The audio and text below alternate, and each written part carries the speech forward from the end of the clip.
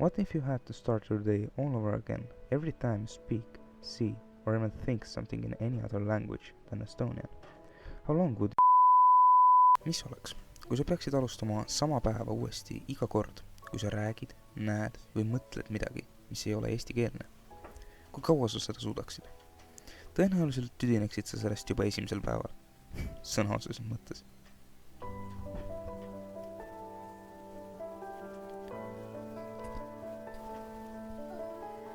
Tema on meie loo peategelane.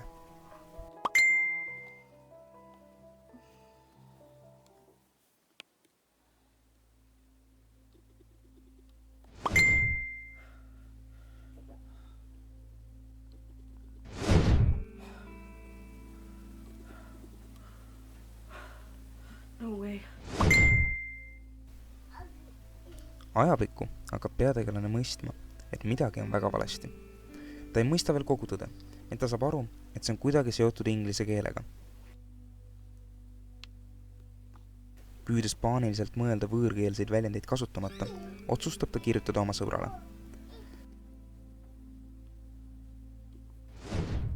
Peale mõningaid ebaõnnestunud katseid, õnnestub tal sõber enda poole kutsuda.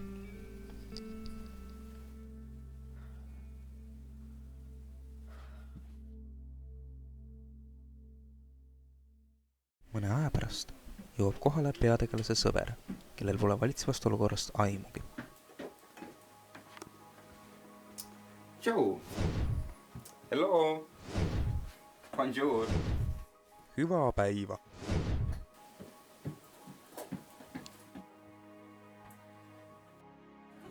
Kuule, ära ütle mitte päeva. Ma räägin sulle.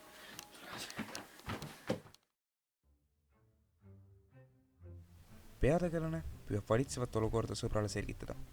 Ja ehkki sõber on algul umbusklik ja ei suuda sellist lugu uskuda, otsustab ta lõpuks siiski peategelast aidata. Nii et jah, nii on see hommikus saate olnud, ma ei tea. Nii et kokkuvõttes ära rohkem mitte midagi ingliskeelselt ütleb, ma ei tea, mis võib juhtuda. Nii et, aga kas sul on ideid, kuidas mind aidata? Tõesti veider. Üks mõte mul on. Kas sa mäletad seda vana õssi, sul üks tantsin? See vana pruunidega kantega õss. Ei, üks hele oli, mingit valge. Oota, mul tuleb meelde. Oota, tule kaasa.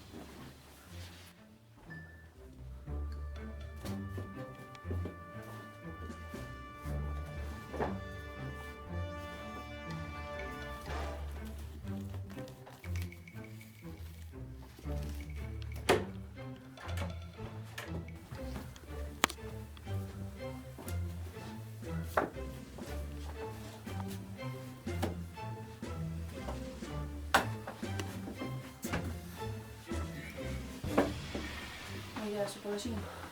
Ma näetan, et ma panin selle. Ma tean.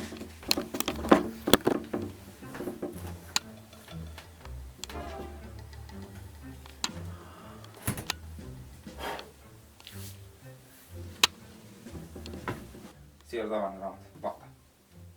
Kui sa näed seda lugeda, sa oled liiga lähedal. Ai, mitte. Üks õss juhib neid. Üks leiab üles. Üks toob neid kokku. Sõnavaras üles. Mida see tähendab? See on lihtsalt üks ühine luule, aga tead, mis me tegema peame? No. Mine sina alla. Alla, mille jaoks? Kohe näed. Oi. Oled sa valmis? Mille jaoks? Hüppa!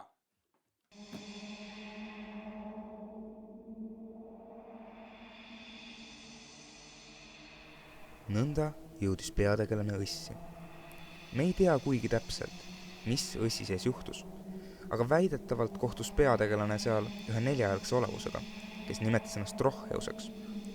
Trocheus juhtis peategelase teekonda läbi õssi, kuni ühel päeval astus peategelane õssist välja. Tema keelekasutus oli drastiliselt muutunud.